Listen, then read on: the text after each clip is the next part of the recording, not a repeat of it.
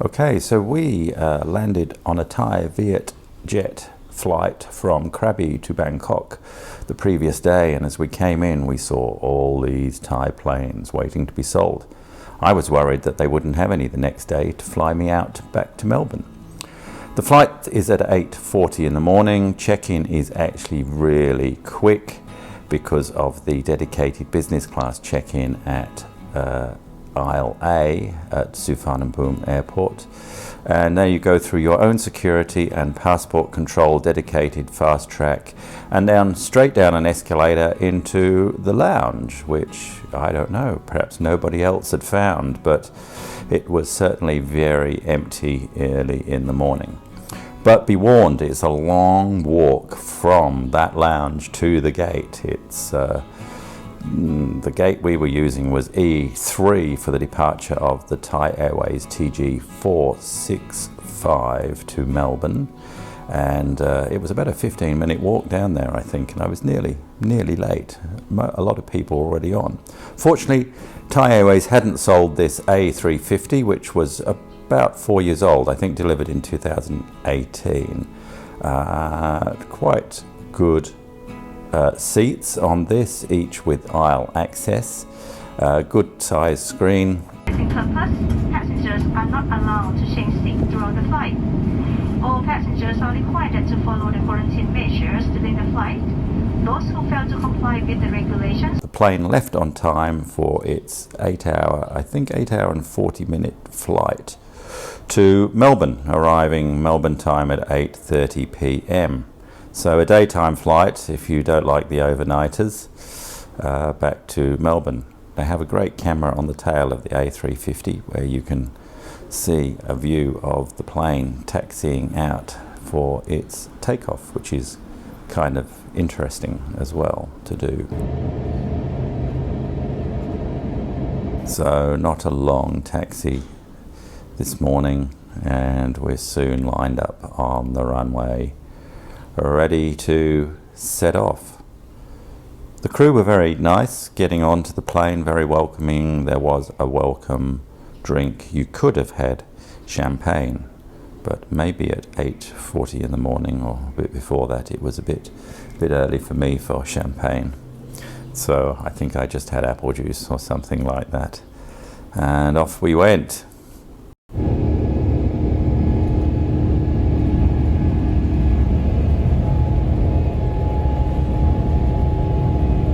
I don't know, but I think the runway is really bumpy in Bangkok.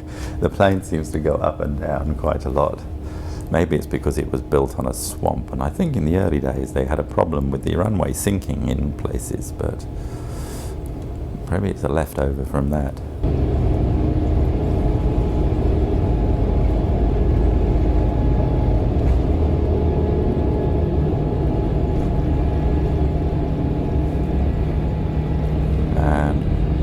We're off. Goodbye Bangkok for this trip.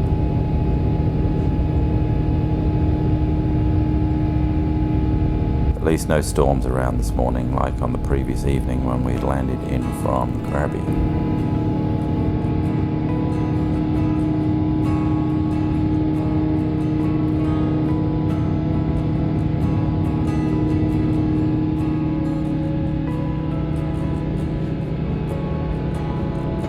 So this was just a look, see what you get inside the Amenity Kit, which is, quite nice. They've got everything you could possibly need, and the bag's quite useful.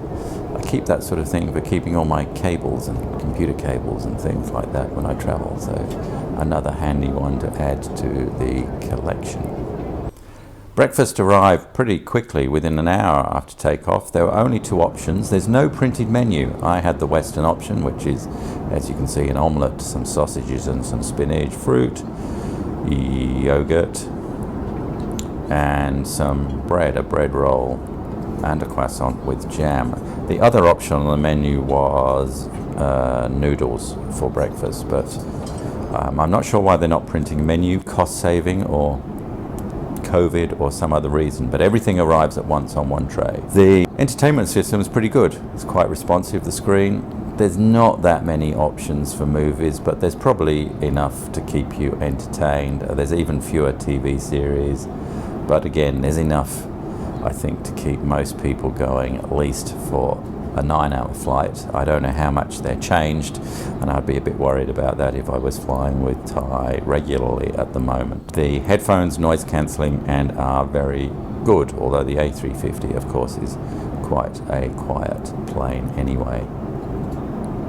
There's no service between meals, i.e. they don't come around offering drinks or things like that, and they do actually state that they only offer drinks, and I presume they mean alcoholic drinks with the meal service. Whether this is cost saving or a COVID measure, they say it's a COVID measure. Dinner about 2 hours before landing. It did start with a glass of champagne or something from the bar, and a little amuse-bouche, as they called it. And then again, dinner all on one tray. Dessert was cheese, a starter, a prawn sort of salad actually, and I had the Western option, was chicken in some sauce. The presentation was not particularly good. The other option was a green beef curry, but I'd eaten a lot of Thai food. So, and I actually only got one other drink during the meal service. They weren't overly offering alcohol around. We landed on time at 8:30 in Melbourne. Overall a good flight, the seats comfortable enough. Service was great, but they don't do a great deal of it. Meals arriving all on one tray and are really pretty ordinary now for business class meals, I think. Is it worth it?